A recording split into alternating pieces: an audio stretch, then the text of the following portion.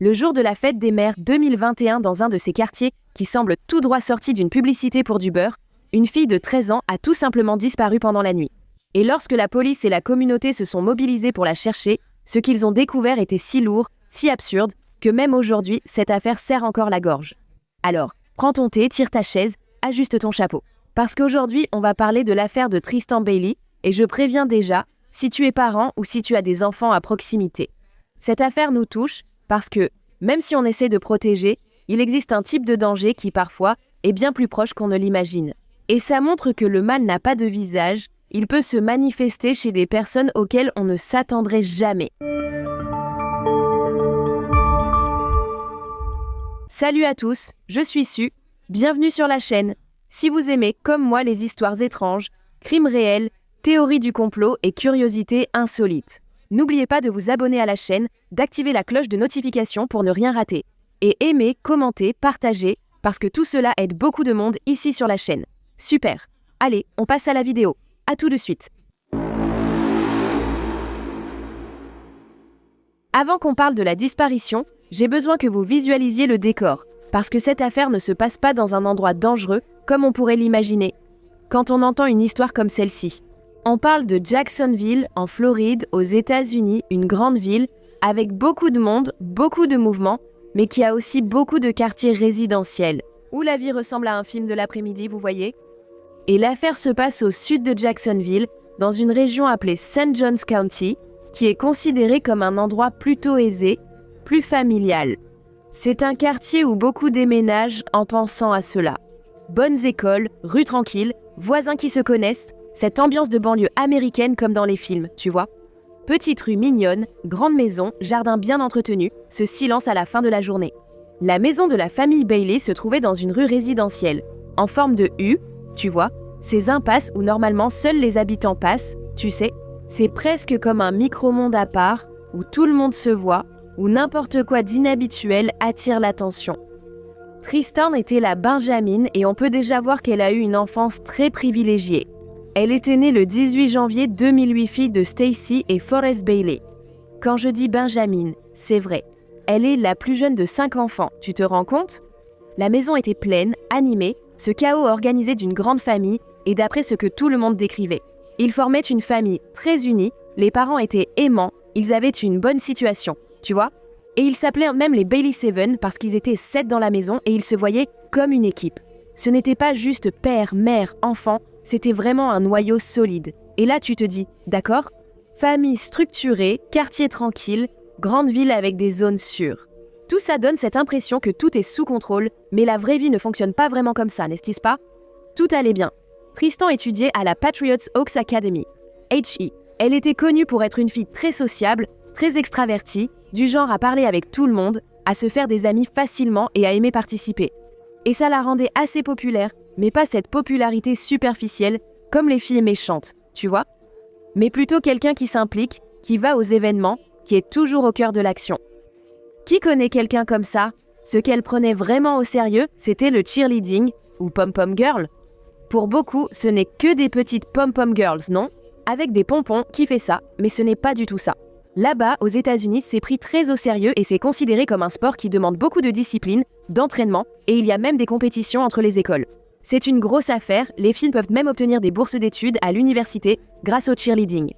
Tristan prenait ça très au sérieux et rêvait de faire carrière comme pom-pom girl. En résumé, c'était une fille pleine de vie avec cette énergie d'adolescente. On dirait qu'il faudrait que la journée ait 48 heures pour tout faire, n'est-ce pas?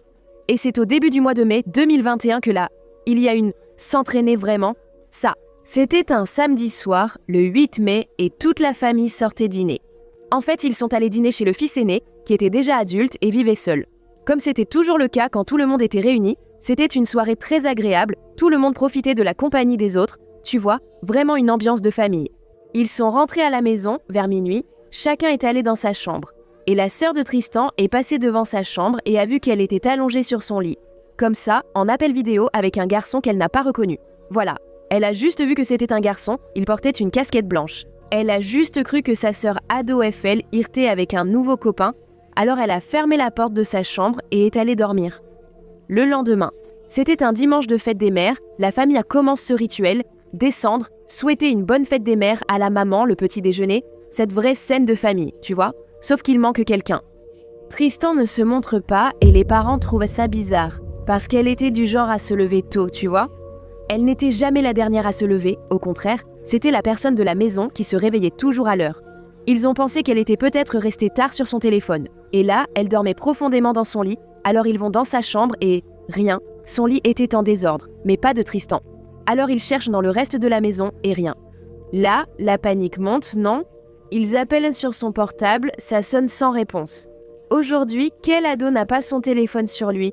D'ailleurs, tout le monde l'a toujours, non? On ressent ce froid au ventre, car on était à la maison et il s'est passé quelque chose. Tristan a toujours été responsable. Elle n'était jamais partie en cachette ainsi auparavant. Moi. Du moins, les parents ne le savent pas, non? Peut-être l'a-t-elle déjà fait sans que personne ne le remarque. Elle avait été vue pour la dernière fois par sa sœur vers minuit, quand elle était en appel vidéo, et depuis, personne n'avait eu de nouvelles d'elle.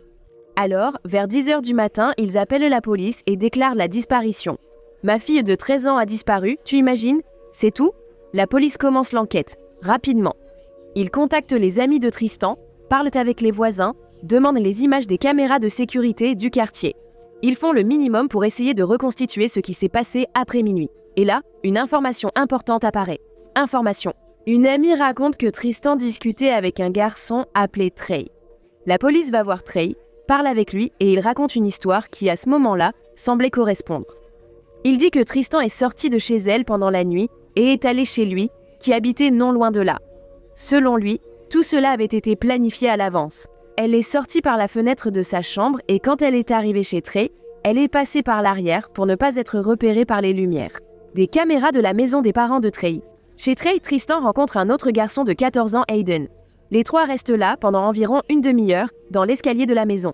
Hayden a sorti une petite cigarette d'épinards de Popeye et les trois sont restés là, à profiter de la vibe de Bob Marley. Trey dit qu'aux alentours d'1h du matin, Tristan et Hayden sont partis ensemble et que c'est la dernière fois qu'il a vu Tristan. C'est ce qu'il a dit à la police. À ce moment, Trey coopérait vraiment. L'attention se tourne alors vers Hayden car il aurait été la dernière personne. Avec elle, la police se rend chez Hayden et là, il y a un comportement qui attire l'attention. Même avec plusieurs voitures de police, les sirènes allumées, plein de policiers, des agents en uniforme chez lui en train de le chercher, il ne semblait pas perturbé. C'est ça. Pire encore, les policiers le placent dans la voiture pendant qu'il discute avec sa mère. Mais Hayden montre une fois de plus qu'il s'en moque. Il va même jusqu'à prendre une photo et enregistrer une vidéo à l'intérieur de la voiture de police, puis il la publie sur Snapchat. Sur la photo, il met en légende « Quelqu'un a vu Tristan dans le coin ?» et dans la vidéo qu'il a enregistrée là-bas, il fait une blague en disant « Tristan, on est là, on est dans la voiture de police. Regarde ce que tu nous as fait, genre, regarde ici. » On s'amuse dans une voiture de police. Tristan, qu'est-ce qui se passe les gars, Tristan, si tu sors, putain, quand tu vois ça, un enfoiré dans une voiture de police, les gars. Et tu commences déjà à ressentir ce malaise, parce que mon Dieu, une fille a disparu. La communauté est désespérée et le garçon agit comme s'il était en soirée, non? Avant de l'emmener du côté du commissariat, les policiers lui posent donc quelques questions et la mère d'Hayden interrompt toujours. À chaque fois qu'il va répondre, il regarde sa mère comme ça, tu vois? Comme s'il voulait savoir s'il pouvait répondre. Il a dit que les ados avaient prévu de se retrouver chez Trey pour traîner ensemble et rester tranquilles là-bas. Vers 1h du matin, lui et Tristan sont partis ensemble. Ils sont partis à pied et arrivés au coin de la rue, ils se sont séparés et chacun est rentré chez lui. Viens, qu'est-ce qui se passe? Ouais, donc on était chez Trey et je suis resté là jusqu'à environ 1h15 du matin. J'étais très en retard pour rentrer, alors je suis parti. Ma mère était très sérieuse. C'est là que la première chose étrange est arrivée. Il a dit qu'il était rentré chez lui à 3h du matin, mais la marche de la maison de Trey jusqu'à chez lui n'aurait pas pris plus de 30 minutes. Alors, pourquoi lui a-t-il fallu plus d'1h30 pour rentrer chez lui? C'est bizarre, non? Lorsqu'on l'a confronté à ce détail, Hayden a changé de version. Il a dit qu'ils marchaient tous les deux. Quand Tristan a commencé à flirter avec lui, il a essayé de l'embrasser de force. Quand il l'a repoussé, Tristan s'est énervé et a essayé encore une fois, mais cette fois, elle a attrapé les documents entre les jambes du garçon. Vous voyez ce que je veux dire? Ça a poussé Hayden à se disputer avec elle, il l'a poussée et elle est tombée par terre, alors il l'a laissée là et il est rentré chez lui. Nous avons commencé à rentrer à pied. Et puis, juste à côté de l'endroit où commence ce mur de briques, c'est là qu'elle m'a touché. Et moi, je l'ai repoussée violemment, puis je suis parti, énervé. Interrogé sur le fait de l'avoir laissée seule dans la rue en pleine nuit. Il a dit qu'elle était en train de s'arranger, par message, pour retrouver un autre gars, bien plus âgé, de 22 ans, qui en réalité était un trafiquant et qu'elle voulait acheter un peu plus de la laitue du diable. Alors il est parti parce qu'il a imaginé que cet homme, appelé Carlo, viendrait bientôt la chercher. La police a retrouvé Carlo, mais il avait un alibi solide prouvant qu'il n'avait pas vu Tristan cette nuit-là. Avec toute la ville inquiète, des appels de voisins commencent à arriver, des indices, des gens envoient des informations. Plusieurs images de caméras de surveillance du quartier montrent les deux marchands ensemble. Et au milieu de tout cela, un élément crucial arrive. Un élément. Des images de caméras de surveillance dans une rue proche de la maison d'Aiden. Sur les images, on peut voir deux personnes marcher ensemble, à l'heure où Tristan a disparu. La police pense qu'il s'agit d'Aiden et de Tristan. Mais il y a un deuxième moment dans la vidéo qui renforce l'idée que quelque chose s'est passé. Un peu plus tard, on voit une silhouette courir dans la direction opposée en tenant des baskets blanches à la main. La maison d'Aiden avait aussi des caméras de surveillance, à l'intérieur comme à l'extérieur, et la police avait déjà confisqué les images. Vers 3h31 du matin, une personne encapuchonnée entre dans la maison, pieds nus, tenant ses baskets. La police a donc conclu qu'Aiden cachait quelque chose. Il y a anguille sous roche, la recherche s'intensifie. La police et la communauté passent en mode urgence totale pour essayer de retrouver Tristan vivante. À ce moment-là, un habitant habitué à courir dans le quartier est sorti s'exercer. Sa femme lui parle de la fille disparue et lui demande d'aller courir dans la forêt, au lieu de la piste de course, pour voir s'il trouvait un indice. Et là, bingo! Malheureusement, à 6h du soir, l'homme courait quand il est tombé sur le corps d'une jeune fille.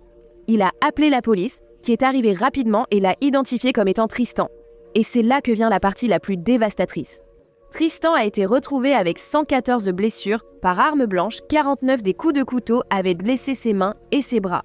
Des signes qu'elle a essayé de se défendre, de résister, de se battre pour sa propre vie. Non loin de là, son téléphone portable a également été retrouvé et, à une courte distance, un couteau pliant a été localisé. La pointe était cassée et ce qui est bizarre, c'est que cette pointe en métal a été retrouvée plantée dans le crâne de Tristan. Pour la police, il était clair que le principal suspect était Aidan. Ils sont allés chez lui, l'ont arrêté et l'ont emmené au commissariat, avant que la voiture de police ne parte en direction du commissariat. La mère dit à Aidan « Ne réponds à rien, on va te retrouver là-bas, ne dis rien avant qu'on arrive avec l'avocat. » Ça franchement, c'est un peu suspect, non? Même s'ils ont dit à Aidan de ne pas ouvrir la bouche, eux-mêmes ont été plutôt stupides parce que les policiers ont mis Aidan seul dans une pièce, puis ils ont permis aux parents d'entrer dans la pièce pour rester avec lui jusqu'au début de l'interrogatoire. Sauf que, même s'il n'était pas encore interrogé, la salle était équipée de caméras et de micros, tout était déjà allumé, enregistrant tout. Tu te rends compte? La mère lui dit qu'ils ont retrouvé Tristan. Il demande si elle allait bien, les parents répondent qu'elle était morte et que tout l'accusait comme suspect. Aidan répond alors « En quoi c'est mon problème? Tu te rends compte ?» Et la réaction devient un dialogue tendu. Et au lieu de dire la vérité, on dirait plutôt une tentative des parents de comprendre ce qui pourrait rester comme preuve, ce qui aurait pu subsister, ce qu'on pourrait retrouver sur les vêtements de leur fils. Tu sais, ils ont trouvé cette fille juste là, dans son quartier, sur notre rue principale. Est-ce qu'elle va bien? Non, elle ne va pas bien, elle est morte. C'est très important. Tout repose sur toi en ce moment.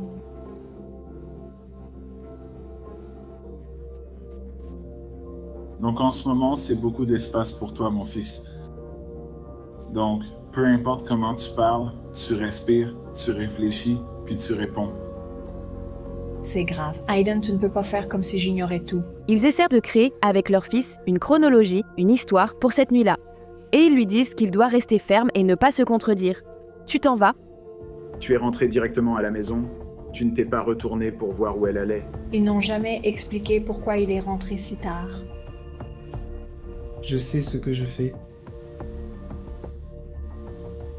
Tu es rentré lentement à la maison? C'est sérieux, Aidan? C'est très sérieux. Ce n'est pas une blague. C'est toute ta vie, toute ta vie. Et la nôtre? Et la nôtre? Et celle de tes frères et sœurs. À un certain moment, la mère semble se concentrer sur le pantalon que son fils portait. et faites bien attention à cette partie, car elle va être très importante. Peu après, elle demande « Tu portais un jean ou un pantalon kaki ?» Le garçon répond « Un jean ». La mère fait une sorte de grimace et dit « Je crois que tu portais un pantalon kaki, j'ai vu sur les caméras et il me semble que tu portais un pantalon kaki. » Et le garçon acquiesce simplement de la tête. Tu portais un pantalon kaki ou un jean usé? J'ai donné un jean. Tu es sûr que ce n'est pas l'un des deux? Je pense que oui. Quand En regardant la caméra, tu portais un pantalon kaki.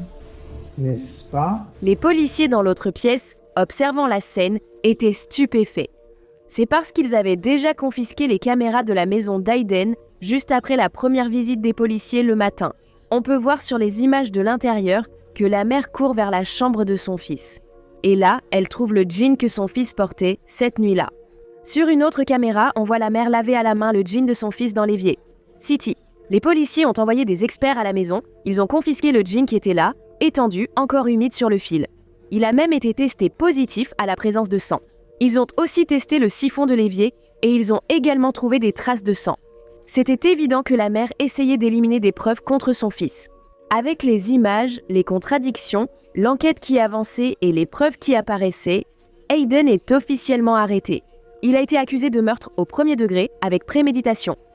Lors de l'audience de garde à vue, le juge informe Aiden qu'en Floride, ce crime, s'il est confirmé et reconnu coupable, peut entraîner la peine de mort. Mais étant mineur, il ne risque pas la peine de mort, mais sera jugé comme un adulte et pourrait être condamné à perpétuité. Regardez.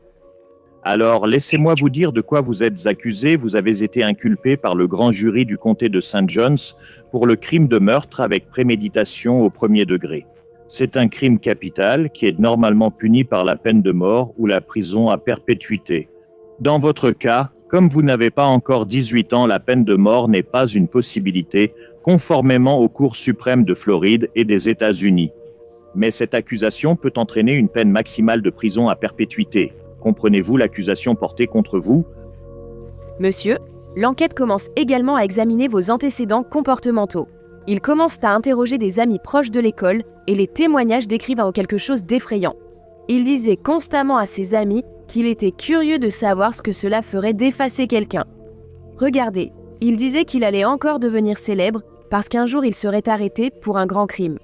Sa petite amie de l'époque aurait raconté à la police qu'il décrivait des fantasmes violents, qu'il disait comment il aimerait tuer quelqu'un. Moody d'Aiden t'a-t-il déjà parlé de quelque chose qui te ferait penser qu'il voulait essayer d'utiliser un couteau sur quelqu'un? Il parlait peu de tuer des gens. Il a littéralement décrit des mois auparavant à sa petite amie ce qu'il a fini par faire à Tristan. Il a dit qu'il fantasmait de marcher dans la rue au milieu de la nuit, de croiser quelqu'un. Game. Il traînerait cette personne dans les bois et la poignarderait à mort.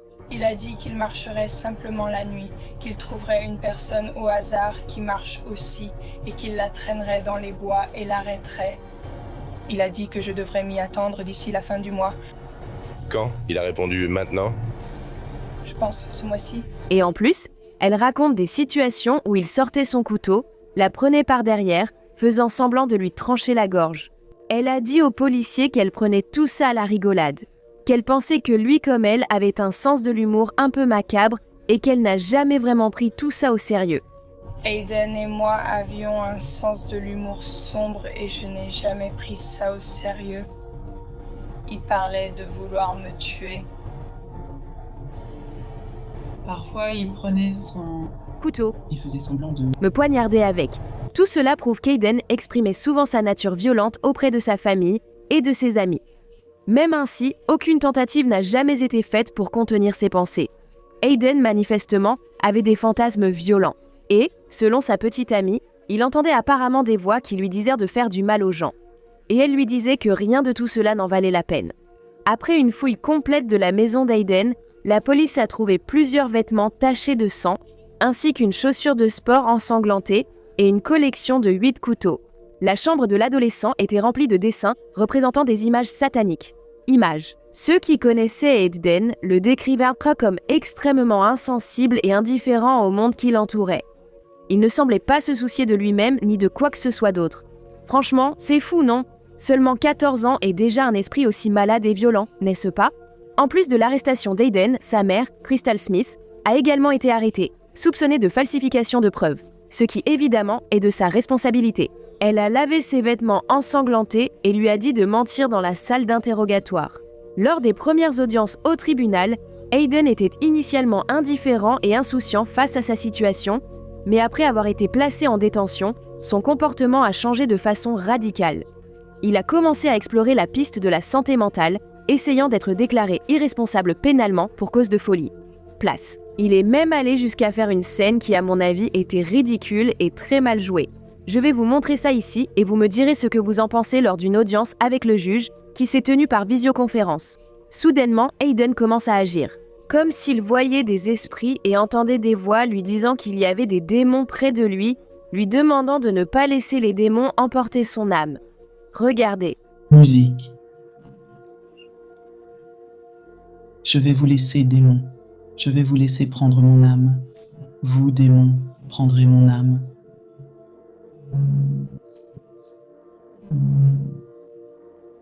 Ne cachez pas votre main. Ne cachez pas votre main. Prêt. Pourquoi suis-je ici? Je veux juste parler à ma mère et à mon père. Qu'est-ce qui se passe? Qu'est-ce qui se passe? Qu'est-ce qui se passe? Je ne sais pas, j'ai trouvé ça vraiment faux. Surtout car juste après, le juge a nié son incapacité et a repris son comportement habituel pendant le procès. Le fantôme ne lui tire plus le pied la nuit, non. Le 6 février 2023, alors que le procès était sur le point de commencer, Aiden a été déclaré coupable de la mort de Tristan Bailey. Et le 24 mars 2023, la sentence est tombée, prison à perpétuité, avec la possibilité de réviser la peine après 25 ans de détention ferme. Sa mère, Crystal Smith, qui a été accusée d'avoir manipulé des preuves, a accepté un accord et a finalement été condamnée pour falsification de preuves, écopant de 30 jours de prison et de 5 ans de liberté conditionnelle. Au final, ce qui reste, c'est quelque chose de très difficile à accepter. Tristan, une jeune fille au début de sa vie, fille, sœur, amie, coéquipière. L'adolescence est une période de rébellion et de curiosité. On veut essayer de nouvelles choses, comme tout le monde l'a vécu. Nous avons tous fait des choses en secret face à nos parents.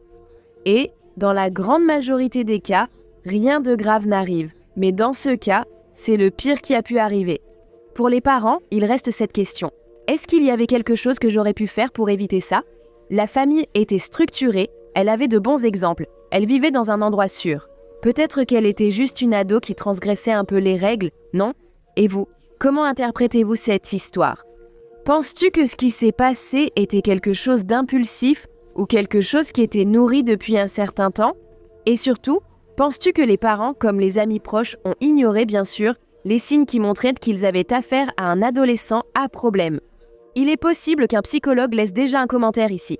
Discutons-en et voilà mes amis, cette histoire est vraiment lourde, n'est-ce pas? Laissez votre commentaire ici. Si vous avez aimé la vidéo, laissez un like, n'oubliez pas de vous abonner à la chaîne et restez connectés pour la prochaine vidéo.